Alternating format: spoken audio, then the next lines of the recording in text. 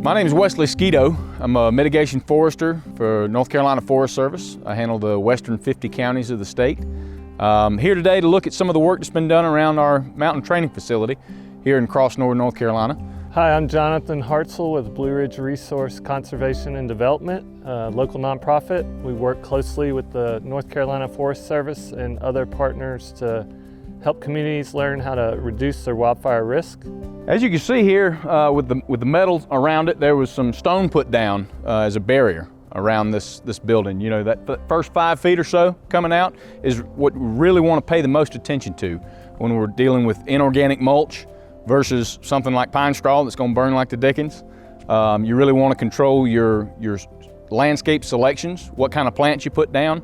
Things like mountain laurel and rhododendron, if they're planted right up against the house, those are very flammable species. Something like a hydrangea, something with a high moisture content is going to be where you want to go if you're making your planting selections in that first 5 feet, 10 feet of your home. Even the rock though, it does take some maintenance. Nothing is maintenance free, whether it's gutters, if you're living up on top of a mountain ridge, you've got to maintain that view. Oftentimes doing that vegetation maintenance downhill of you, off your back porch, that's really good for fire risk as well. So a lot of these things check multiple boxes. When you're cleaning your gutters out, you're protecting your facial board, you're protecting your maintenance issues, you're protecting your value of your home, but you're also reducing the risk that embers would come along from wildfire and catch your home, get your home going. As Wes mentioned, maintenance is a huge issue. So as you can see, we have some pine straw and leaf debris that is along this porch, which is flammable, and then under this porch. So what we're going to do is remove that stuff away from the home, make sure you take it a safe distance away from the home, and that will help reduce our risk should an ember find its way under the porch or land on the porch itself. You really want to look at where fences, a lot of times if you have privacy fences, if you have wooden trellises, especially if they're covered up with vegetation, vines, a lot of times people will like to put in those. But where you have wood that connects to your home coming in, that can act like a fuse. You've got your long bomb fuse coming along just like in the Looney Tunes and will bring fire to your home. You got down here, you got sidewalk, you got river rock, you got cinder block foundation. All those are good.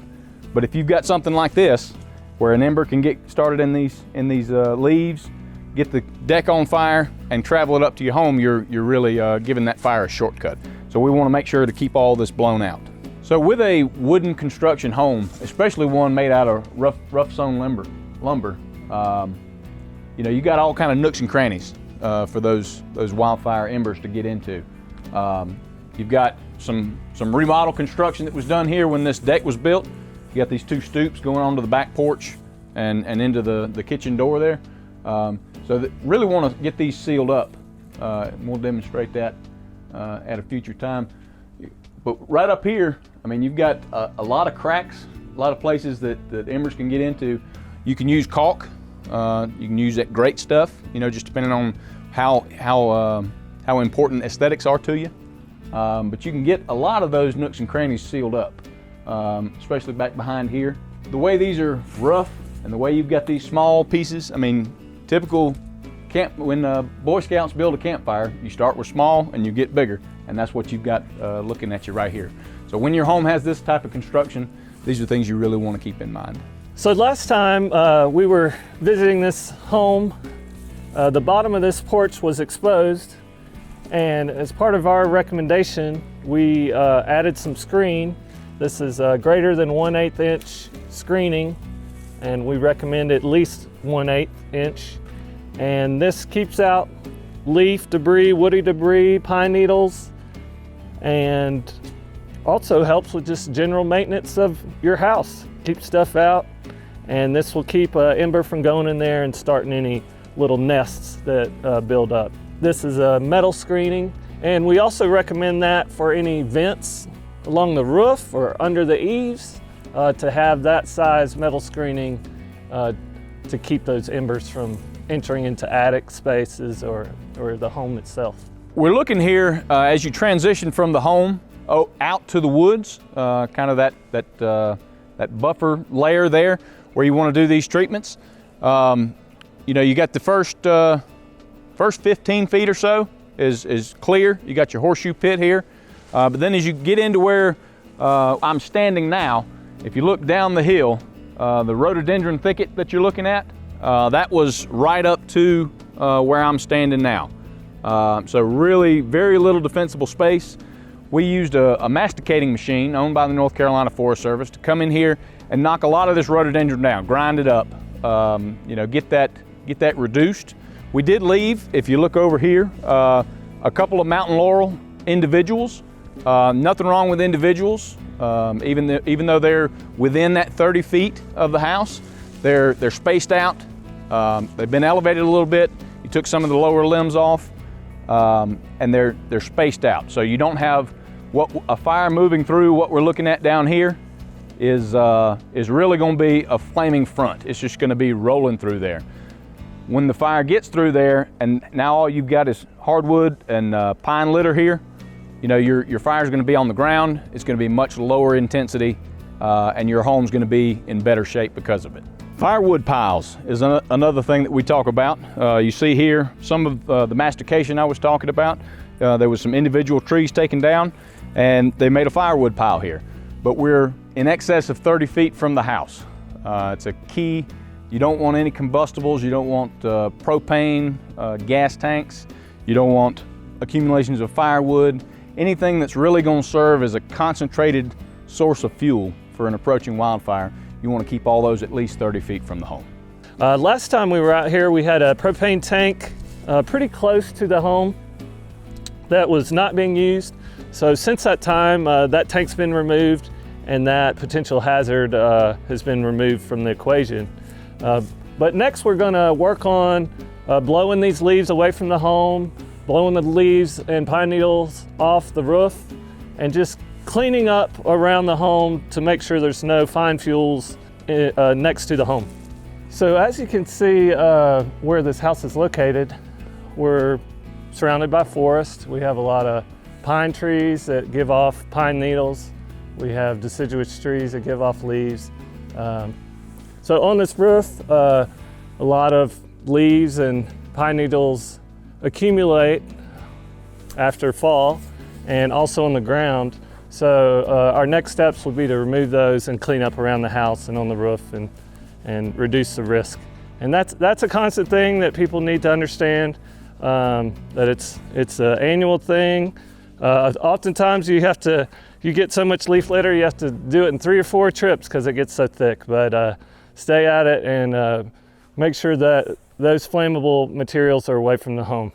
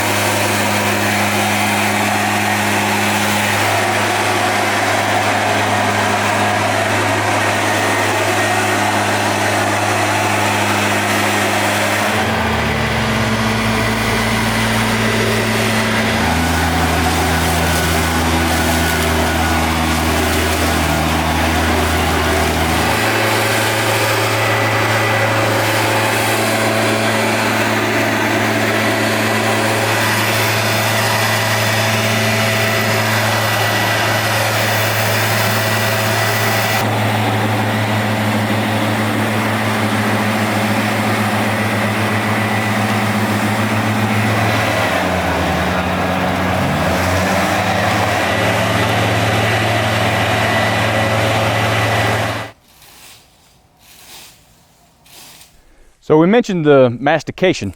As you can see in this area here, it's been a year plus, probably moving on 2 years since that mastication was done. You have a lot of regen comes out. These rhododendron will come back out. You have some sourwood regeneration coming out here. There is a maintenance component when you're doing this type of work, when you're reducing your risk to wildfire. It's not a one and done. You've either got to come around, a lot of times you can use herbicide, very targeted, little shoe polish type applicators that you can buy at Lowe's or Home Depot. Just right when you lop and shear something off, hit that with that targeted brush killer, and you won't have to come back and do that quite as often. If you're opposed to herbicides, there are other alternatives. You can find those on the website, what those are. But then there's good old-fashioned sweat equity. If you want to come in here every year or every other year, get you a sling blade, little swinging a golf club type deal, and knock some of this down. If you want to hit it with a weed eater with a brush attachment, that is your prerogative. A little more work involved, but definitely a plug from my perspective for that brush killer application right when you knock something down. So these attachments, if you don't feel like climbing on the ladder, these are really handy. I mean, you put this in right here, it cinches down on your blower. You've got sections. You can go as high as you need to or as short as you need to. Really, really handy. Available at your local hardware store. As you can see from the footage that we took, you may need a little more horsepower on your blower if you start getting out towards the extent of multiple sections. All right, so we've completed some of our work. Mother Nature has dumped all her leaves and pine needles on us, and we've gone around. You can see under the deck there, maybe a future site for some more screen and lattice like we had around back. Save us some work, but you saw the ways that we were able to get under there and clean that out. That way, if embers do land, they're landing on that pea gravel, kind of that defensible space that we've created. So moving around, we've got the gravel treatment that we did. Doesn't look quite so much like pine needles like it did before, especially when the roof got cleaned off. You know, they all land there. You can't just let things land and lay. You've got to go ahead and clean out, recreate that defensible space as you move around. Foundation vents, those have got those screen that Jonathan was talking about earlier. So good to keep those clean. I believe there was some shots of one of the white lattice sections getting cleaned out. Make sure that you don't have that pine needles, especially white pine needles. Seems like the smaller they are, the more they like to bunch up and stick in places. All your nooks and crannies, corners, behind the heat pump, make sure you get that cleaned out real well. But then we've got a lot of green grass that you can see out here. That due to the hardwood litter was just covered up. You know, we talked about earlier the fences and trellises and other fuse type material that will bring fire to your home. Leaves will do the same thing, so you want to make sure to keep those cleaned out. Wes, would you touch up these pine needles with some light raking, or you think this is at a good density of? It's probably cleaner up towards the top. Yeah, you could probably hit this another little bit, but if you can look through it, especially needles that have just come off, they haven't dried out bone dry yet. If you get a fire that's coming through the woods, especially up that slope, and then as it crests and goes flat, it's got another 8 feet of leaves to get through there at a very low rate. And then when it hits this, I mean, it's going to go out. You're not going to have a flame creep with this much green vegetation visible through it. Yeah. It's not going to make it to the home. Do you have any thoughts about the limbs that are kind of encroaching above the house and almost over the roof? Yeah, we've got recommendations for overhanging limbs. You want to make sure they've got 10 foot of clearance. The sourwood we're looking at, we do have 10 feet on the one that's nearest the pitch of the roof. Moving across, you got that other one. Not quite 10 feet on that. Probably need to get out here with a pole saw and trim that back some. Nice. The lowest limb there, it's going to continue to grow out and about, try to get out from under the leaves or the limbs that are over top of it. That's a limb that probably just needs to come off at the tree. Pole saw will reach that one. May need to consult a tree company for the further up limbs. Well, Wes, this back here where we blowed those leaves away looks drastically different. Yep, got a lot of this moss that we're looking at. When you get on the backside of a building like this, especially up here in the mountains, anybody that's tried to get grass to grow where it doesn't want to knows this moss is great. Holds the ground, good for erosion control, and is really not going to burn, unless you're just in a tremendous drought situation. That moss is going to extinguish the flame when it tries to come out from under that mountain laurel here. Mountain laurel, worth noting that we did blow out all the leaves that kind of piled up under there. Still got a little bit hanging on here, but don't want to leave a tinderbox up under vegetation like that, especially those high flammability. Probably come around here and do some more pruning on those lower limbs on these. Make sure that we've got a little bit of distance between a potential low activity ground fire and those bottom limbs and that green vegetation. And that will also help get those leaves out from under it and where they can't cling on to those lower branches. That's right. All right, we've got our steps that we talked about earlier. Got those blown out. Don't have accumulations of leaves and pine needles up against those. Extending out, you got a good 10, 15 feet here cleared. Moving around, back out to where the sunshine hits. We're back to a green lawn. Just maintain that in a short fashion. I mean, dormant season, we shouldn't have to be running the lawnmower very much, but if you look up in there, we got a bird's nest that wasn't here last time I was here. We need to make sure and knock that down before springtime comes when we've got eggs in it. Bird's nest, wasp nest, those will all catch an ember, and especially in a construction like this one, really don't want those type materials hanging out. Again, with the rock beneath the stairs here, you've got cement up there on the uphill side. Jonathan blew away all those leaves, so we're in really good shape here. I noticed you were blowing around this outbuilding. Can you talk a little bit about that? Well, there's a principle in wildfire mitigation called structure-to-structure ignition potential. The main times that we see this is out in these cookie-cutter neighborhoods where you can reach out with extended hands and touch your neighbor's home. And that's really what you see in a wildfire situation. Once one home gets going, it's just a source of embers, and it gets the next home going, and it gets the next home going. In the mountains and in other rural areas, we do have that principle on a micro scale.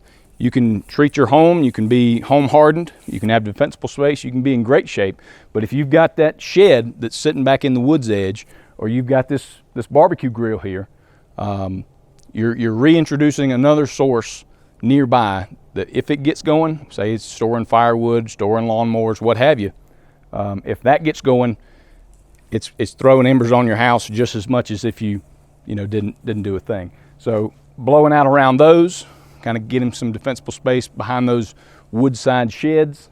Even up top, we talked about spark arresters, caps. It's good on the home, but here on this one, in dry conditions, we want to get a spark arrestor and a cap on that fireplace as well. Went ahead and blew off the driveway as we were coming around. Want to make sure you got proper access for emergency response.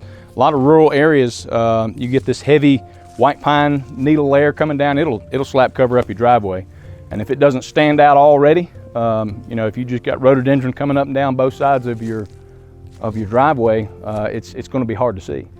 So we want to make sure to maintain not only visibility and clear access, but kind of draw those resources into your home, especially if the home's not visible from the road.